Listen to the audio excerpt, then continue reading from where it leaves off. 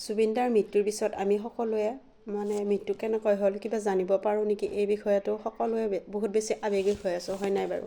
কিন্তু এতিয়া যেতিয়া চাৰ্জশ্বিট দিলে তেতিয়া গম পালোঁ যে অমিত প্ৰভা মহন্তই ওৰেটো নিশা সুৰাপান কৰাইছিল এতিয়া মই পইণ্টত আহিছোঁ এতিয়া মই এইটো কাৰণে ভিডিঅ'টো বনাইছোঁ অমিত প্ৰভা মহন্ত আচলতে পৃথিৱীৰ ভিতৰতে নাৰী নামত কলংক এগৰাকী কলংকিতা নাৰী পৃথিৱীৰ ভিতৰত চাগে একমাত্ৰ অমিত প্ৰভা মহন্তয়ে একমাত্ৰ কলংকিত নাৰী বাকী হাজাৰ বিজাৰ আছে বিভিন্ন ধৰণৰ কেছ মামলাত তেওঁলোক কলংকিত হৈছে কিন্তু মই এইটো ক'ব বিচাৰিছোঁ যে পুৰুষ যিয়ে নহওক পুৰুষকেইটাৰ কথাটো মই নকওঁৱে তেওঁলোকতো এটা পিশাচ কিন্তু অমিত প্ৰভা মহন্ত এগৰাকী নাৰীয়ে সাধাৰণতে কোৱা হয় নাৰীৰ মন অলপ হ'লেও কোমল কিন্তু অমিত প্ৰভা মহন্তৰ ক্ষেত্ৰত ভাবকচোন না তেওঁ জুবিন গাৰ্গৰ না ভনীয়েক না ঘৈণীয়েক না কি বাৰু তেওঁ একোতো নহয় তেওঁ কিবা গান গায় বোলে আগতে চিনি নোপোৱা নাছিলোঁ বাৰু অমিত প্ৰভা মহন্তক গান গায় বুলি মই নাজানিছিলোঁ কিন্তু এই কেছটোৰ ভিতৰত গম পালোঁ যে অমিত প্ৰভা মহন্তই গান গায় তেখেতে শিল্পী নে কি বুলি ক'ব আপুনি এজন মানুহক মাৰিবৰ কাৰণে তেওঁ প্ৰি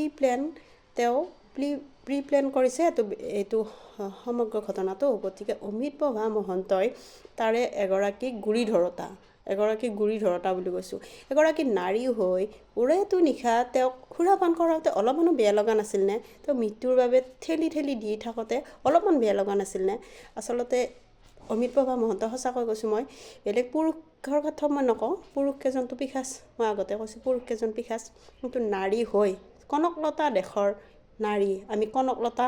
আজিও অন্তৰত সোঁৱৰোঁ আজিও আমি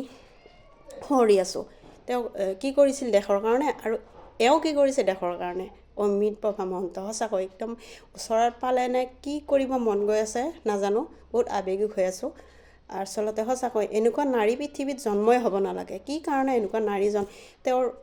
মই এতিয়া তেওঁৰ গোটেই মানে কৈছোঁ পৰিয়ালৰ ক্ষেত্ৰতো তেখেতক কৈছোঁ মানে কি শিক্ষা দিছিল আচলতে অমিত প্ৰভা মহন্তক এনেকুৱা নাৰী জন্ম হ'ব নালাগে সঁচা কৈছোঁ